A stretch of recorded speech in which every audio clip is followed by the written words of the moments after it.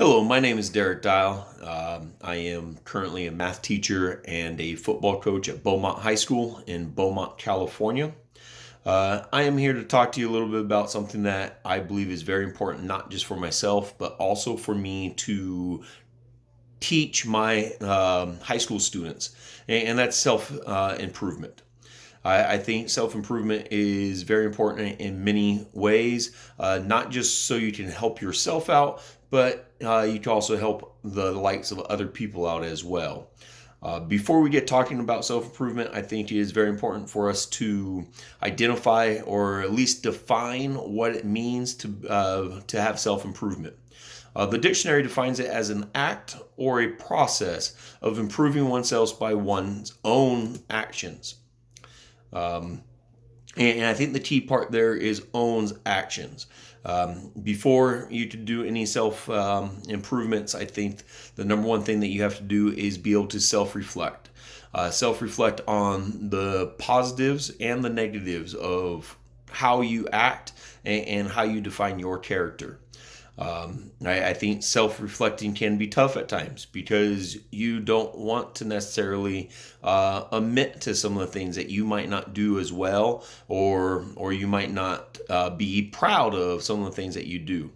But within the self improvement side of things, self reflecting and being able to improve on your daily character is very important to your health. It is very healthy for your mind and state of body.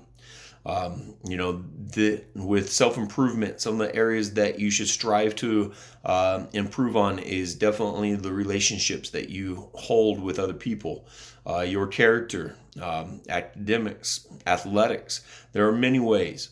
There's a quote here by Apollo Coelho. When we strive to become better than we are, everything around us becomes better too.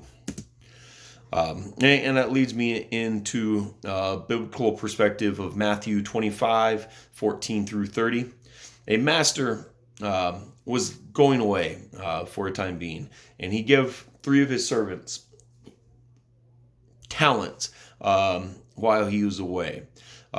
When he returns, two of the servants, the first two servants, used the talents that he gave them to their benefit.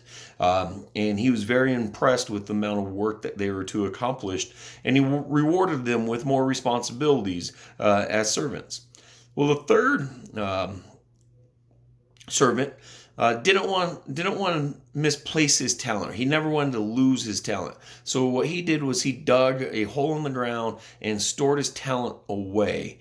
And when he did this, he didn't use the talent to its full capability.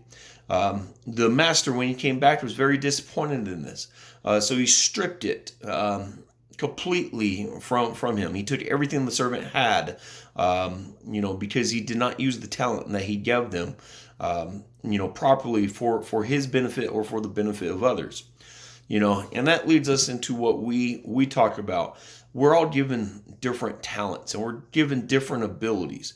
It is up to us as coaches, as players, as fathers, as husbands, to use our talents and our abilities to the best of our ability. We need to strive on building from yesterday and building a better tomorrow. So how can we self-improve? I think number one is setting goals. I think we have to be able to set measurable goals that we can strive to accomplish daily, weekly, monthly, and build on those. I think two is you got to believe in yourself. And then we talked about self-reflecting. You got to admit to your mistakes or when mistakes are made, because without recognition of any mistake, it is hard to fix things and become more improved. And then lastly, you cannot be afraid to ask for help. Ask for wisdom. Harry Potter talked about, working hard is important, but there is something that matters even more, and that's believing in yourself. Um, you know, we as a high school coach are, big parts of young students' lives. And I think one of the hardest things to do or to realize is what is good goal setting. And as part of what we're talking about, self-improvement, setting goals, long-term and short-term, are very important. So we talk to our players about they want to. We have them set 3 goals every week. These goals are posted on sheets in the weight room so coaches can see them and other players can see them. We want these goals to be measurable. And because they are posted, they are written down. They are shared with people like coaches and other players, so we can help hold them accountable for the improvement that they want to see in themselves every day. And then, of course, we always want to try to reward, whether it's our players or ourselves, with when they reach their achievements. We want to make sure that they're rewarded somehow, and sometimes that reward can be just as simple as some type of acknowledgement. And then every week we want to reassess our goals as we make progress in reaching them. As I was doing this oral presentation, some of the research that I did on self-improvement, a lot of people talk about building up your weaknesses. This one research that was an article in Scientifica America talked about how we want to build on our strengths.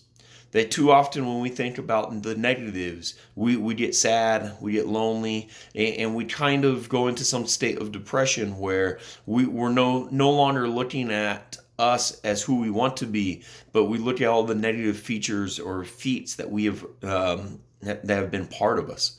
So one of the things that this article and the research talked about was building on positive interventions. Give people a chance to overcome, explore, and practice their positive strengths, the strengths that they have with them. Because too many times we all tend to look at our negatives when there are many strengths that we could build upon.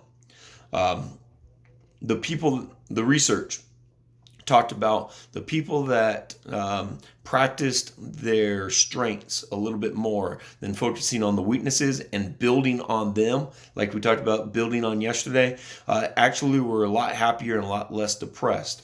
And that goes right to a quote from a book. Bruce Brown, in Teaching Character Through Sport, talked about successful coaches know that preparing and providing small, steady successes with positive reinforcement spreads confidence. As we work with our goals that we set for self-improvement and for our players, we want to make sure that they are attainable. We want to make sure that they are reachable.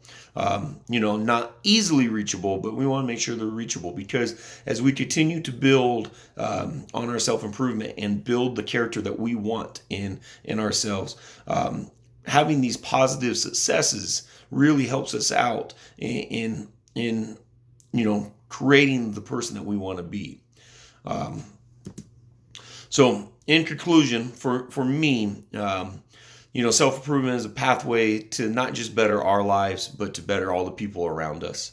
And we don't just want to work on our weaknesses, but we want to build them up as we build around our strengths. And we have to understand that self-improvement is a process, just like everything else in life.